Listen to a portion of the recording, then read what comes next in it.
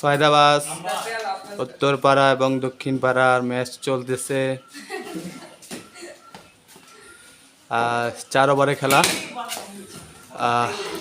দক্ষিণপাড়া 4 ওভারের বিনিময়ে 3টি 4 মেরেছে।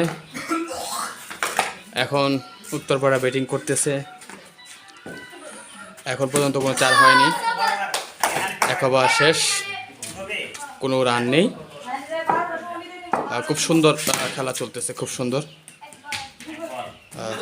অবশ্য উত্তরপাড়া একটি উইকেট চলে গেছে। আমরা খুব সুন্দর খেলা দেখতে পাচ্ছি। আশা করতেছি উত্তরপাড়া মনে হয় হেরে ফেলবে।